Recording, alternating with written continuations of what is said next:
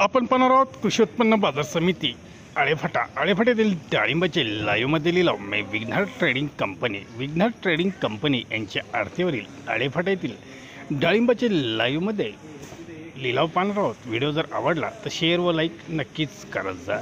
चला तर सुरू करूया। लाईव्हमध्ये डाळिंब लिलाव विघ्नर ट्रेडिंग कंपनी यांच्या आरतीवरील